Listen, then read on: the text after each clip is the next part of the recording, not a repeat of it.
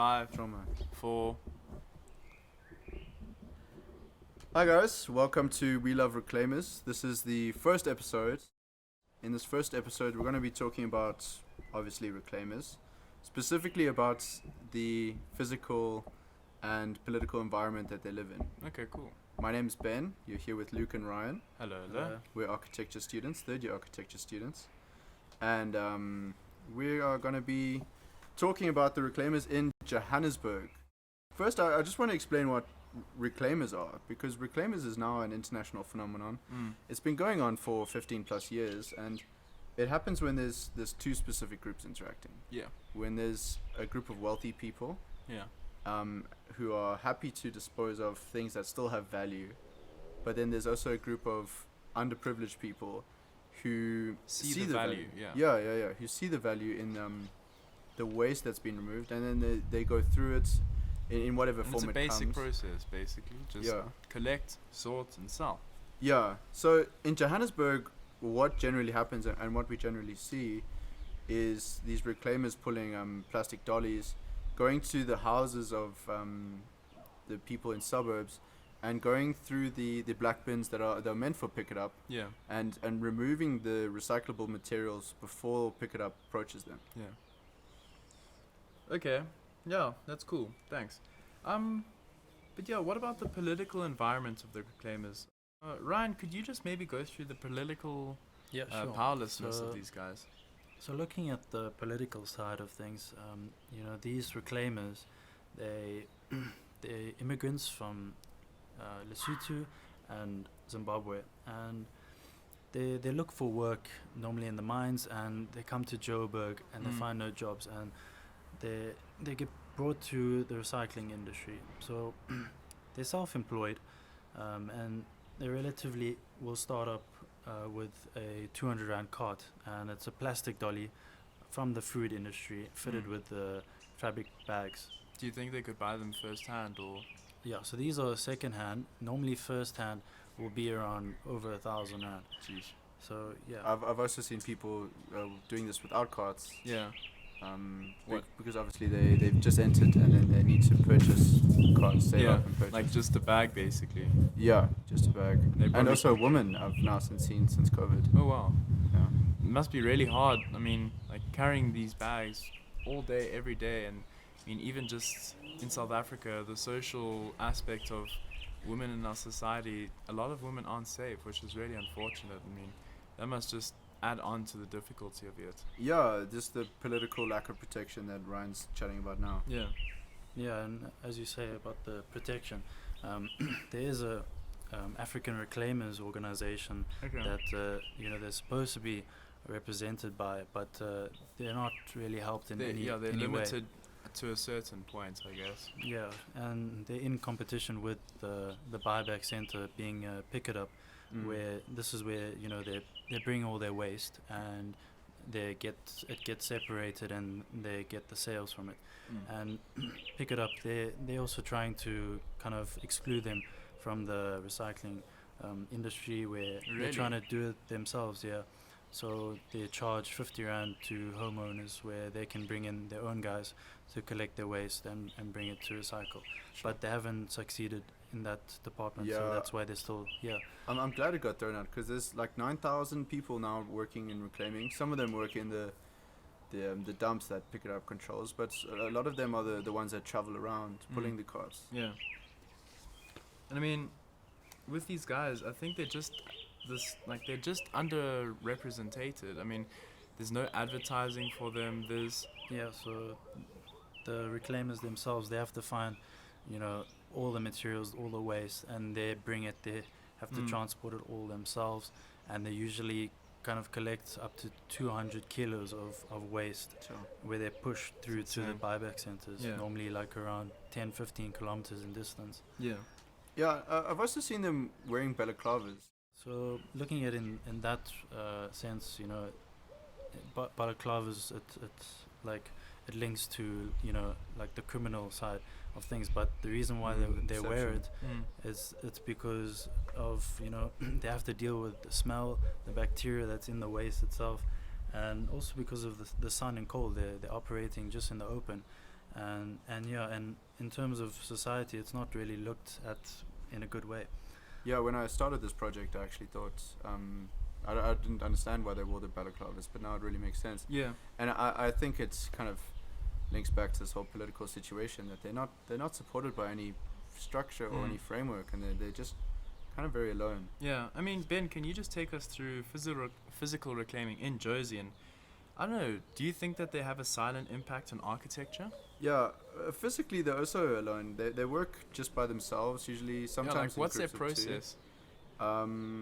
So what's a guy will wake up, and he'll wake up at 3 a.m. or 4 a.m. and he'll walk to the suburb that he's working in that day, and to collect in the bins that the people have put out for pick it up. Yeah. And he collects them before pick it up can remove all the waste. Then he has to sort from the organics and the recycled, depending on how nice the people in the household have been. And now they're under a time limit, because by the time pick it up comes, if they don't sort through all of that stuff, they miss out on their day's wages, which is really tough. Yeah, so that's hard for the beginners, but the experienced guys can collect 200 kilograms plus before 2 p.m.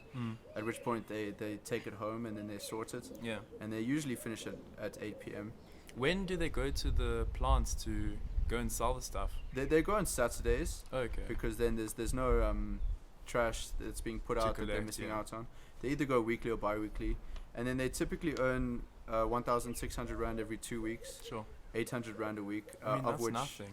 Like, yeah, especially in half today's is sent home, climate, eh? the economic climate that's really nothing. Yeah, it's tough. So half gets sent home, half is their living expenses. Yeah.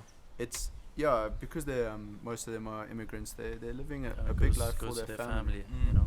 Yeah. Back home. And that's really special. There's nothing to take away from them, but the problem is pick it up's kind of like trying to take away from them. Like Yeah. Ryan said, there's 9,000 of these guys, men and women. Yeah.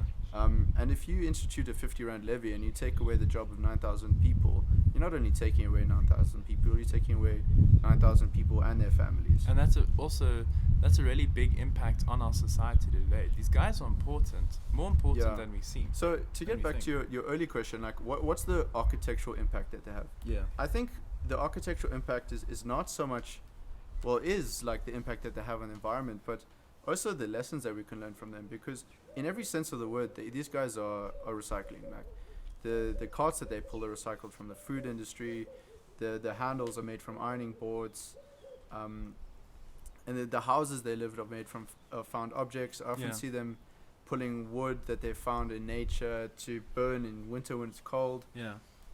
In just every sense of the word, these guys like kind of live recycling, and despite their small income, their small expenses, and a person pulling 200 kilograms a day, when you compound that, you've got 9,000 people doing that. You've got a massive impact. Yeah, there's a huge amount of rubbish being taken out of the system and being put back into the system, actually. Yeah, as so valuable trade. 60% of South African waste is now estimated to be recycled. That's really And good. That's a major thanks to them. 90% of post-consumer packaging and paper is now recycled. And it's definitely thanks to them. Like yeah. they also make huge savings for pick it up, because they save space on landfills. Sure. And it's such a shame that pick it up's trying to cut them out. Yeah. But yeah, I suppose How could we take this and put it into architecture?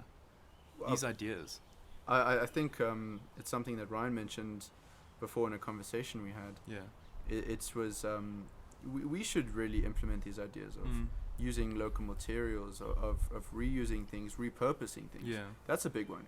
Repurposing these dollies that they use not only are repurposed, they also have multiple purposes. Yeah. They ride them as carts when they're riding down hills, and they pull heavy loads, and they're very light. It's all very clever, and it's all been done through trial and error and a large group of people. And that's what the architectural movement can learn from this, is like we should all work together, like work with these guys, involve them in the architecture, because we see that they're making an impact. Definitely. Continue and strengthen their impact. Yeah.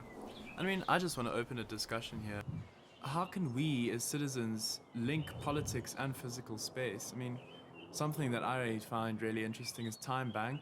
I think it's linked to Pick and Pay, Boxer, OK. I've actually got a Time Bank card. It's completely free. I used to be charged bank statements and bank charges like every single day just for swiping. It was ridiculous. It was adding up to so much. And yeah, Time Bank, everything is free. You can withdraw money for free. You can get a savings account, and you can get some really good like savings percentage or something. Yeah. Interest rates. Yeah, you And get I've really. seen in the mission statement that it's to give every South African the opportunity to have a bank account. Yeah, and learn about money, which is really valuable, and that would help them send money back home. Yeah, it's just about I think inclusion into these systems and including these people who aren't specifically going to be profitable to your business. Yeah, I mean, also it would help them with safety. They don't have to carry cash everywhere because that might put them at a lot of risk. And yeah, I think So maybe the idea is keeping these guys technologically relevant, yeah, keeping them up to date, and just constantly giving them knowledge to grow into society. yeah. Yeah. And I mean, I don't know, something else we're all thinking of like a small intervention that hopefully wouldn't need a huge amount of donation. Something, yeah, Ryan, could you talk about that? You know, looking at the way in which they operate, they kind of have really worn out shoes, and Oh, yeah. if we could help them, you know, through like recycling tires, just to and try to like help them in a way that, you know, we can attach the sole of their shoe Yeah. with tire, which can help them, you know. Yeah, I've seen those guys like coming down my road.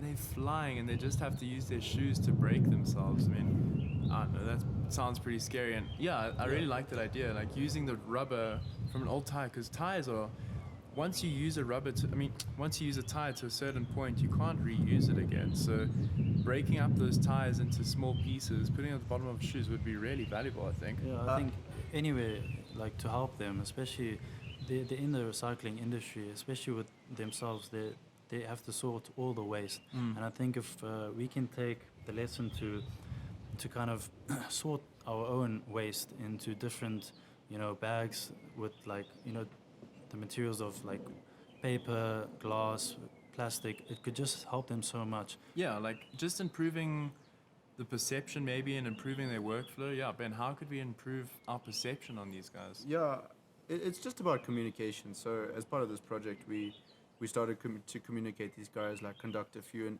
informal interviews, having conversations with them, learning just how they feel about their work and their jobs. And a lot of it's been very surprising. Just to find out how cheap the cots were was actually surprising to me. Yeah. To find out how heavy the loads they pull, Yeah. very surprising to me. To find out that they work 5 days a week, walking 10 kilometers plus. Yeah. They work very hard, and what's important in that, especially when we come to like these shoes intervention or time bank, is we should not do what Pick It Up did. Yeah. Pick It Up when they created a cart of their own, they created this metal green cart that was heavy and the wheels were too big. It was very silly, because their process was not go to these guys first and chat to them. Yeah. And then the point of this discussion on in the environment in their political and physical worlds is we need to start showing that it's important to create a back and forth with these guys. Yeah. Have understanding, mutual understanding. Yeah, like I know that Pick It Up and other people try to institute this system with larger wheels. Yeah. These larger caster wheels, which is very silly because firstly, if one of them breaks, these guys don't have the immediate emergency money to refinance that. Yeah. And also, with a cart that's so heavy being so much higher, it has like a higher center of gravity. Yeah. And it's harder for them to break. So I'm cautious as well when we suggest like these things for shoes. But the idea is not to make a decision in these discussions. Yeah. The idea is to start to create some sort of discourse Yeah. and bring people's ideas together, bring people's professions together, and us as architects making us think about it in physical space. When we design, think about these guys in their physical space. Taking inspiration of their recycling and bringing it into architecture. I think that's a really valuable lesson that we've learned, and seeing how we can reclaim and how we can reuse and how we can recycle. And yeah, I think just the future of these guys, I think they're here to stay.